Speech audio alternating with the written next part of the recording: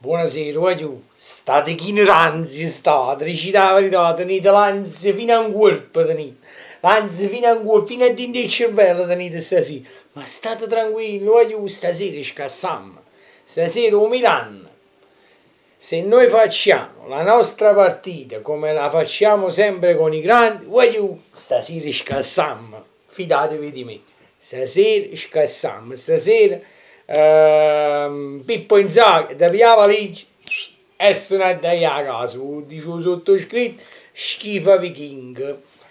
Poi nata cosa, io sta partita qua, io ero un po' grande, la tengo pure, ma ho stato proprio china, perché in coppa a Facebook tutti gli amici miei, anzi usa qua, cardiopatica qua, non mi facete venire niente, stasera scassiamo, fidatevi di me, stasera scassiamo, pigliatevi un'ansiolitica, va passare stanza.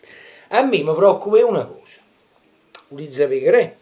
Un po' alla dreta, Raffaele, chi mi preoccupa a me, chi lo sciude i capi, chi mi preoccupa? Raffaele, lo portiere mi preoccupa, perché se lui dà la sicurezza, voglio, ce la potremmo fare stasera, perché noi sulla carta siamo nettamente più forti.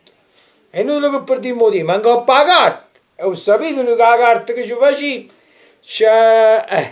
perciò lasciamo stare. Però voglio, pigliatevi un ansiolitico, perché se no ne arriviamo stasera in nome qua.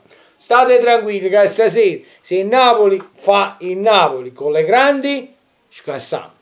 Voglio, io vi saluto, un bacione e forza Napoli, voglio, perché tutto il resto è monnezza a sì che merda, che vuol dire che fa? Ciao belli e forza Napoli!